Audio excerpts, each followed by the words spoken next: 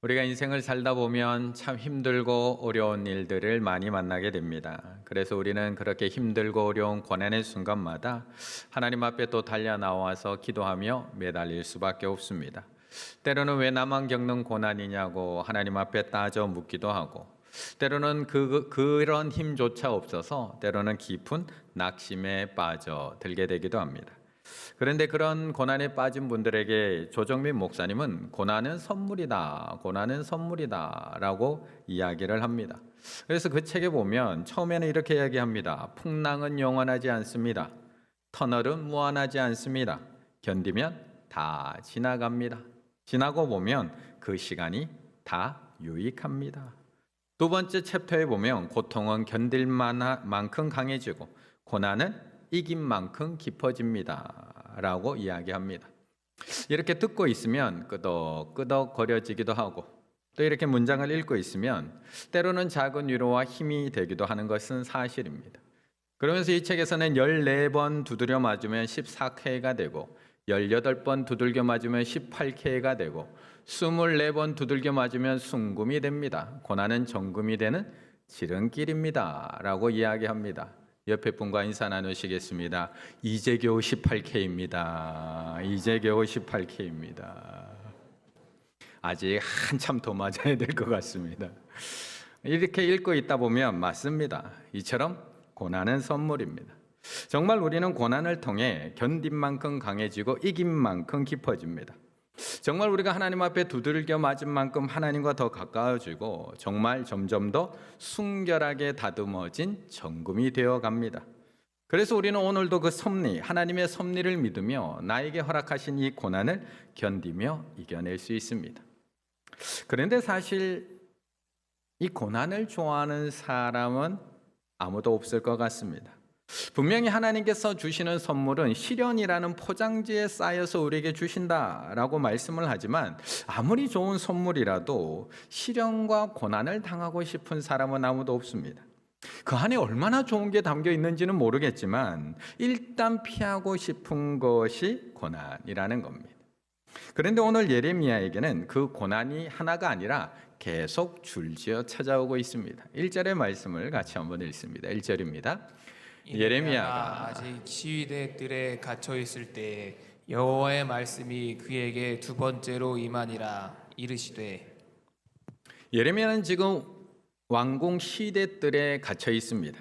그냥 갇혀 있는 것이 아니라 예레미야가 아직도 시대들에 갇혀 있습니다.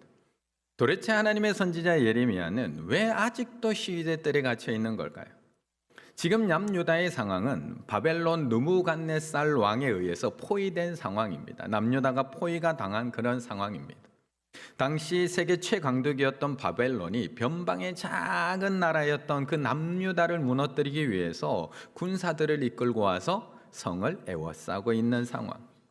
그런데 이런 상황에서 예레미야는 그 남유다의 왕이었던 시드기야에게 좋은 말, 희망적인 말, 긍정적인 말, 우리는 반드시 이길 수 있다는 그런 말을 해주는 것이 아니라 이렇게 이야기를 하는 겁니다. 예레미야 32장 3절에서 5절, 이는 그가 예언하기를 여호와의 말씀에 보라, 내가 이 성을 바벨론 왕의 손에 넘기리니 그가 차지할 것이며 유다 왕 시드기야는 갈디아인의 손에 벗어나지 못하고 반드시 바벨론 왕의 손에 넘겨진 바 되리니 입이 입을 대하여 말하고 눈이 서로 볼 것이며 그가 시드기야를 바벨론으로 끌고 가리니, 시드기야는 내가 돌볼 때까지 거기 있으리라. 여호와께서 이와 같이 말씀하시니라. 너희가 갈디아인과 싸울지라도 승리하지 못하리라 하셨다 하였더니, 유다 왕 시드기야가 이르되 네가 어찌하여 이같이 예언할 수 있느냐? 좋은 말로 예언해야지 왜 이렇게 부정적인 말로 예언하느냐? 라고 하며 그를 가두었음이더라. 하나님께서 이 성 예루살렘을 바벨론 왕에 넘기셨다는 겁니다. 이제 이 땅은 바벨론 왕이 차지할 거라는 겁니다. 유다 왕 시드기야는 결국 갈디아인의 손에 이끌려서 벗어나지 못하게 될 것입니다. 반드시 일어나는 바벨론 왕에 넘겨지게 될 것이고, 시드기야는 바벨론의 포로로 끌려갈 겁니다. 너희들이 아무리 나가서 싸워도 결코 승리하지 않을 겁니다 라고 예언하고 있는 겁니다. 대한민국 부정적으로 얘기하고 있는 겁니다. 우리 같으면 이런 이야기 듣고 가만히 놔뒀을까요? 우리가 이런 말을 들었더라도 화내지 않았을까요? 도대체 예레미야는 왜 이런 말을 쏟아내고 있는 걸까? 그가 사회성이 부족해서 그런 걸까요? 사회생활을 잘하려면 좀 눈치도 좀 있고 좀 맞춰서 기분 맞춰서 말도 할 줄 알아야 되는데 그가 사회성이 떨어지고 눈치가 없어서 그런 걸까요? 사람이 할 말 못할 말 좀 가려서 해야 되는데 아직도 철이 없어서 그래서 그런 것일까? 그런데 예레미야가 시드기야에게 이렇게 말할 수밖에 없는 이유는 하나님께서 그렇게 말하라고 명령하셨기 때문에 그렇습니다. 예레미야 32장 36절.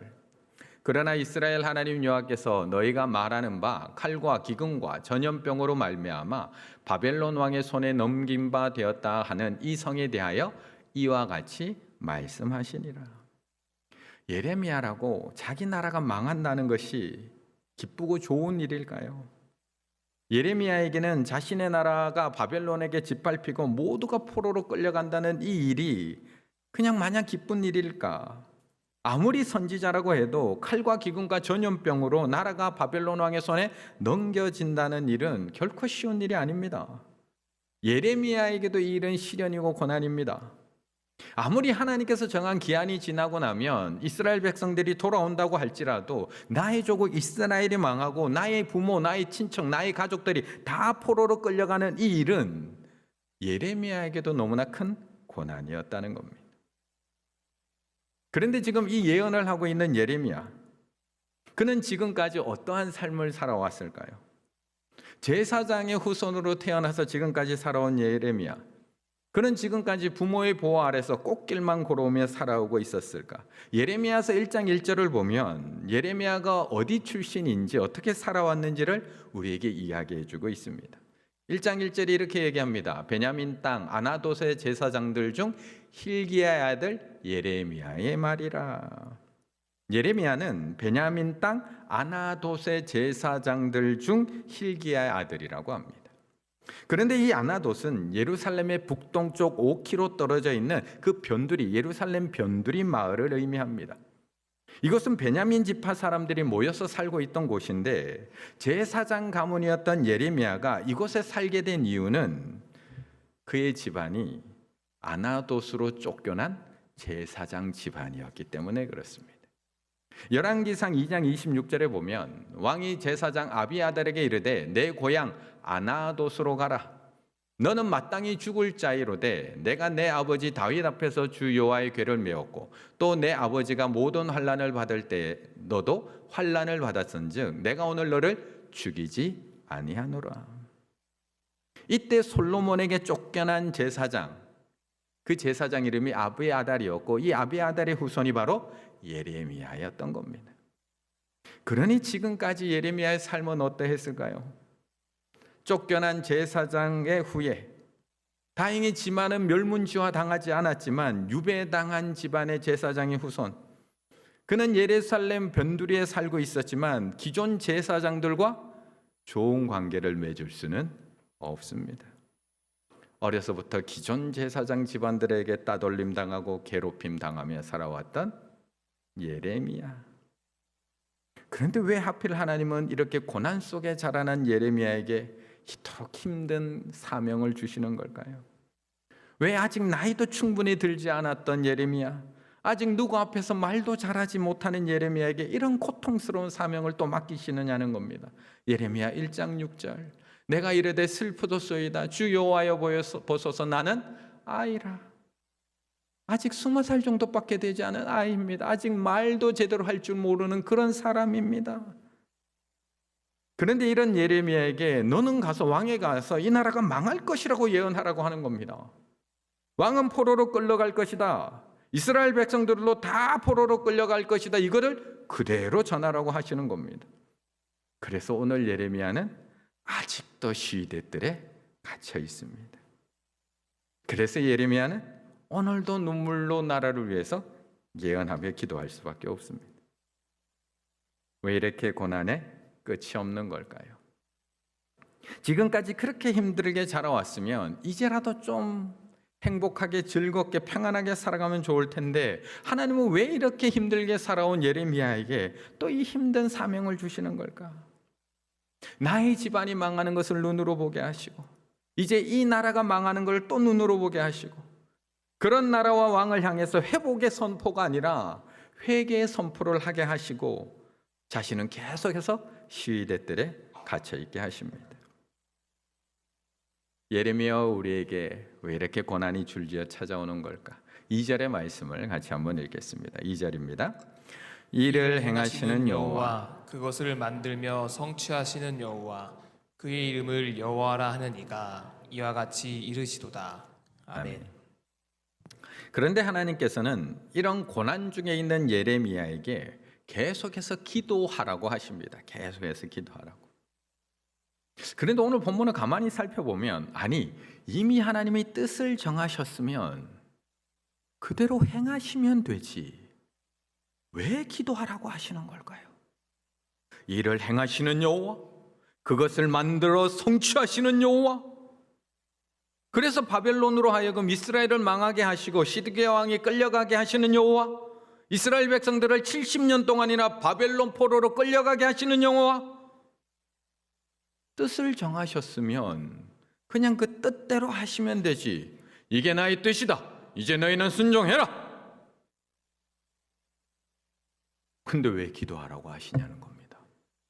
2절 3절 이를 행하시는 여호와, 뜻대로 행하시겠다는 겁니다. 그것을 만들며 성취하시는 여호와, 그 이름을 여호와라 하는 이가 이와 같이 이르시되 너는 내게 부르짖으라 내가 내게 응답하겠고. 그런데 하나님은 오늘 이 본문에서만 예레미야에게 기도하라 부르짖으라 말씀하고 있는 것이 아닙니다. 우리가 너무나 잘 알고 있는 그 앞에 있는 예레미야 29장에서도 똑같이 우리에게 부르짖으라고 얘기합니다. 예레미야 29장 12, 13절 너희는 내게 부르짖으라 내게 와서 기도하면 내가 너희들의 기도를 들을 것이요 너희가 온 마음으로 나를 구하면 나를 찾을 것이요 나를 만나리라. 이미 하나님의 뜻은 정해졌습니다. 이미 하나님 뜻 정해졌습니다. 그래서 그렇게 괴로워하고 힘들어하는 예레미야에게 너희는 바벨론에게 망할 것이고 이스라엘 왕 이스라엘 백성들 바벨론에게 끌려가서 70년을 다 채워야지 돌아오게 될 것이라고 분명히 이야기하라고 했습니다. 그게 예레미야 29장 10절입니다. 여호와께서 이와 같이 말씀하시느니라 바벨론에서 70년이 차면 내가 너희를 돌보고 나의 선한 말을 너희에게 성취하여 너희를 이곳으로 돌아오게 하리라. 하나님의 뜻은 분명합니다. 기간까지 명확합니다. 그런데 왜 또 너희는 내게 부르짖으라고 내게 나와서 기도하라고 말씀하시는 걸까요? 왜 온 마음으로 나를 구하고 찾으라고 말씀하시냐는 겁니다. 이미 결론이 다 나 있는데 이미 결론을 다 정해져 있는데 왜 계속되는 고난 속에서 우리에게 기도하고 구하고 부르짖고 찾으라고 우리에게 또 말씀하시냐는 겁니다. 사실 우리도 가끔 듣는 말 아닌가요? 자녀 입시를 위해서 열심히 기도하는 엄마에게 아들 어차피 하나님의 뜻대로 될 텐데 뭐 그렇게 기도합니까? 우리가 질병에 걸렸을 때도 우리는 열심히 기도하고 있는 아내에게 남편이 이렇게 어차피 하나님의 뜻대로 하실 텐데 뭘 그렇게 열심히 금년 하지만 어차피 하나님의 뜻대로 되는데 우리도 늘 듣는 말 아닌가요? 그렇게 열심히 기도할 필요 없어. 어차피 하나님의 뜻대로 이루어질 건데. 그럼 하나님의 뜻을 알고 있는 우리들은 더 열심히 기도해야 할까요? 아니면 어차피 하나님의 뜻대로 될 텐데 그렇게 열심히 기도할 필요가 없는 걸까? 오늘 본문으로 다시 돌아와 보면 그렇다면 왜 하나님은 예레미야에게 또 기도하라고 말씀하시는 걸까? 이미 하나님의 뜻은 분명히 정해져 있습니다. 너무나 분명해서 계속해서 반복해서 말씀하고 계시는 겁니다. 너무나 분명해서 예레미야에게 계속해서 가서 다시 예언하라고 하십니다. 이것 때문에 예레미야는 아직도 시위대들에서 벗어나지 못하고 그 시위대들 감옥에 갇혀 있습니다. 이것 때문에 예레미야 눈에서는 눈물이 마르지를 않습니다. 그런데도 하나님은 내가 반드시 이 일을 행한다고 말씀하시면서도 너는 내게 부르짖으라고 또한 말씀하고 있다는 겁니다. 2절과 3절 말씀. 이를 행하시는 여호와, 그것을 만들며 성취하시는 여호와, 그의 이름을 여호와라는 이가 이와 같이 이르시되 뭐라고요? 너는 내게 부르짖으라. 내가 내게 응답하겠고. 우리 하나님, 예레미야에게 왜 이러시는 걸까요? 이스라엘이 분명히 망하지만 70년 후에 회복될 것이기 때문에 계속 부르짖으라고 하는 걸까요? 이스라엘 분명히 포로로 끌려가지만 70년 후에는 반드시 이 땅이 회복될 것이기 때문에 그래서 끝까지 내게 부르짖으라고 말씀하시는 걸까? 3절의 말씀을 같이 읽습니다. 3절입니다. 너는 내게 부르짖으라. 내가 내게 응답하겠고 내가 알지 못하는 크고 은밀한 일을 내게 보이리라. 아멘. 하나님은 예레미야에게 분명히 회복을 약속하셨습니다. 분명히 앞에서 살펴본 것과 같이 70년이 차면 너희를 돌보고 내가 너희를 이곳으로 돌아오게 하겠다. 기간까지도 명확하게 말씀하셨습니다. 그러면서도 하나님은 계속해서 우리에게 부르짖으라고 말씀합니다. 너희가 부르짖으면 내가 듣겠다고 약속해 주십니다. 아니, 정해졌잖아요. 하나님 뜻 정하셨잖아요. 이미 이스라엘은 멸망할 것이고 시드기야 왕과 백성들은 포로로 끌려갈 것이고 70년이 차야지 포로 생활이 끝나고 나서 돌아오게 될 것인데, 그러면 기도하라고 얘기하시지 말고 견디라고 얘기하시는 게 맞잖아요. 참고 견뎌. 70년이야. 말년병장이 달력에다가 표식 제대할 날 적어놓고 하나하나 날짜를 지우는 것처럼 그렇게 날짜 지어가면서 견뎌. 이렇게 얘기하는 게 더 현실적이지 않나요? 그런데 오늘 본문에서는 또 부르짖으라고 얘기합니다. 3절, 너는 내게 부르짖으라. 내가 내게 응답하겠고 내가 알지 못하는 크고 은밀한 일을 내게 보이리라 말씀을 합니다. 항상 우리의 기도의 목적은 회복입니다. 우리의 기도의 목적. 잃어버린 것을 다시 찾고 무너진 것을 다시 회복하며 질병이 치유되고 회복되는 것, 사업과 가정이 다시 잘 되어서 회복되는 것. 오늘 저녁 우리가 이 기도의 자리에 나온 이유, 회복을 위해서 나온 것 아닌가요? 그렇게 회복되길 원해서, 건강이 회복되길, 우리 가정이 회복되길, 나의 자녀들이 회복되길. 그런데 하나님도 목적이 똑같으실까요? 하나님도 우리에게 기도하라고 하는 목적이 똑같으실까요? 그래서 우리는 늘 회복되기를 위해서 기도합니다. 무너진 것들이 다시 회복되기를. 그런데 만약 그것이 목적이라면 오늘 예레미야는 더 이상 기도할 필요가 없습니다. 이미 하나님의 뜻은 다 정해졌고 이미 하나님의 약속은 확실하고 기도하지 않아도 내가 가만히 있어도 70년이 차면 이스라엘 백성들 다 돌아오게 될 텐데 뭐 기도할 게 있습니까? 그런데 하나님의 목적, 하나님이 우리에게 기도하라고 하는 목적은 단순히 징계와 회복이 아닙니다. 단순히 너희들 잘못했으니까 70년 동안 바벨론으로 포로로 끌려가서 너희들 고생 좀 하다가 돌아와 봐. 너희들이 얼마나 잘못했는지 그곳에 가서 깨닫고 반성하고 돌아와. 너희들 집 떠나와야지 집이 얼마나 좋은지를 알지. 부모 품 떠나와야지 부모가 얼마나 너희들에게 잘해줬는지 알지. 한번 떠나봐. 그게 목적이 아니라는 겁니다. 그래서 예레미야 29장에서도 우리에게 이스라엘 백성들에게 부르짖으라고 이야기하시면서 하나님이 하시는 말씀은 다릅니다. 이렇게 얘기합니다. 13절, 너희가 온 마음으로 나를 구하면 나를 찾을 것이요 그 다음 나를 만나리라. 이어지는 14절, 이것은 여호와의 말씀이라. 나는 너희들을 만날 것이며. 우리가 기도하는 목적은 회복이지만 하나님이 우리에게 기도하라고 하는 목적은 만남입니다. 우리의 기도의 목적은 잃어버린 것을 다시 찾는 것이 우리의 기도의 목적이라면 하나님의 목적은 잃어버린 자녀들이 하나님께 다시 돌아오게 하는 것이 하나님의 목적입니다. 우리가 기도하는 목적은 잃어버린 건강, 잃어버린 물질, 잃어버린 관계, 무너져버린 목표에 대한 회복일지 모르지만 하나님의 목적은 이 일을 통해서 우리가 하나님 앞에 다시 돌아오고 우리가 다시 하나님의 마음을 알아가고 우리가 다시 하나님의 백성에 대해서 하나님을 다시 만나게 되는 것, 이게 하나님께서 우리에게 기도하라고 하시는 목적이라는 겁니다. 그래서 오늘 본문에서도 이렇게 말씀하시는 겁니다. 3절, 너는 내게 부르짖으라. 내가 내게 응답하겠고. 70년 후에 돌아옵니다. 근데 여기서 끝이 아니라는 겁니다. 내가 알지 못하는 크고 은밀한 일을 너에게 보이리라. 그까지가 목적인 겁니다. 요셉은 형들에 의해서 구덩이에 던져졌습니다. 그 구덩이 안에서 요셉이 얼마나 많이 기도했을까요? 하나님께 이 구덩이에서 건져달라고 얼마나 많이 기도했을까요? 보디발의 집에 끌려갔을 때 어떤 기도를 했을까요? 집으로 돌아가게 해달라고, 회복되게 해달라고 기도하지 않았을까요? 누명을 쓰고 감옥에 던져졌을 때도 또 기도하지 않았을까요? 이 억울함을 해결해달라고, 나의 신분을 회복시켜달라고 하나님 앞에 기도하지 않았을까요? 그런데 그런 요셉이 회복되었습니다. 그냥 회복된 정도가 아니라 애굽의 총리가 되었습니다. 이제 억울함이 다 풀어지고 신분이 회복되고 잃어버린 것들 다 회복되었습니다. 하지만 그것으로 요셉을 향한 하나님의 계획은 다 완성되지 않았습니다. 창세기 45장 5절, 당신들이 나를 이곳에 팔았다고 해서 근심하지 마소서, 한탄하지 마소서, 하나님의 생명을 구원하시려고 하나님의 크고 은밀한 일을 보여주십니다.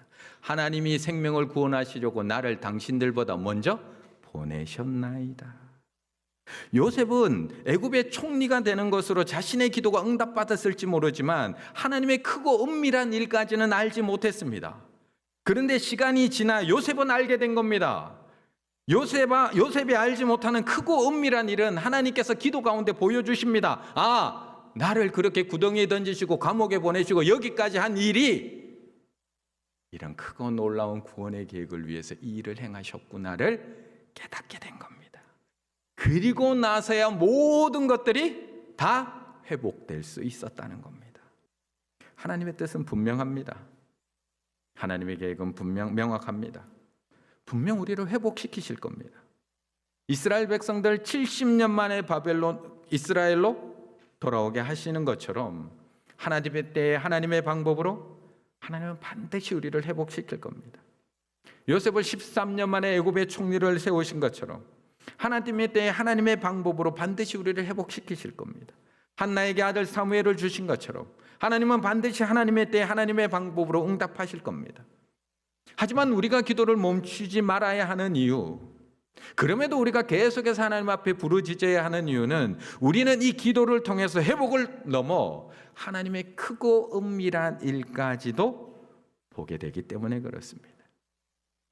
왜 나에게 이런 어려움을 허락하셨는지, 왜 우리 가정을 이렇게 힘든 터널을 지나가게 하시는지, 왜 우리 자녀들에게 이런 아픔을 주셨는지, 왜 나에게 이런 연약함을 주셔서 이렇게까지 끌고 가시는지 우리는 기도 속에서 그 하나님의 놀라운 계획과 놀라운 비밀을 알게 되기 때문에 그렇습니다. 그리고 그것을 알아야지만 모든 것들이 다 회복이 됩니다. 왜 이스라엘 백성들은 70년 동안 포로로 끌려가게 하시는지, 단순히 그냥 70년이 지나서 회복되는 것으로 그게 회복되지 않습니다. 왜 요셉을 구덩이에 던지시고 감옥에 넣으시고 왜 한나에게 자식을 주시지 않았는지, 왜 바울에게 육체의 가시를 떠나게 하시 않았는지, 기도 속에서 그 하나님의 크고 은밀한 비밀을 보는 순간 우리는 그 고난의 기간을 억지로 참고 견뎌하는 기간이 아니라, 나를 통해서 그 하나님의 뜻을 이루어가고 있구나를 알게 되고 믿음으로 순종하게 될 줄로 믿습니다. 오늘 이 밤 어떤 회복을 원해서 이 기도의 자리에 나오셨습니까? 어떤 회복, 어떤 치유와 어떤 해결을 위해서 이 기도의 자리로 나오셨습니까? 우리가 부르짖는 이 기도의 자리가 단순한 회복의 자리를 넘어 하나님의 크고 은밀한 일을 보는 기도의 자리가 되시기를 바라겠습니다. 이 일을 통해서 하나님께서 이루고자 하시는 그 크고 놀라운 일이 있습니다. 나에게 이 질병을 주신 이유, 우리 가정을 이렇게 어두운 터널을 지나가게 하시는 이유, 나를 자꾸 연약하게 만드시는 이유, 나를 쳐서 자꾸 순종하게 하시는 이유, 단순히 이것만 회복된다고 다 회복되지 않습니다. 하나님의 크고 은밀한 일, 왜 나에게 이것을 주시는지, 이 일을 통해서 어떤 구원의 역사를 이루어 가시려고 하시는지, 그것까지 볼 수 있는 우리 충혈의 가족들 다 되시기를 간절히 바라겠습니다.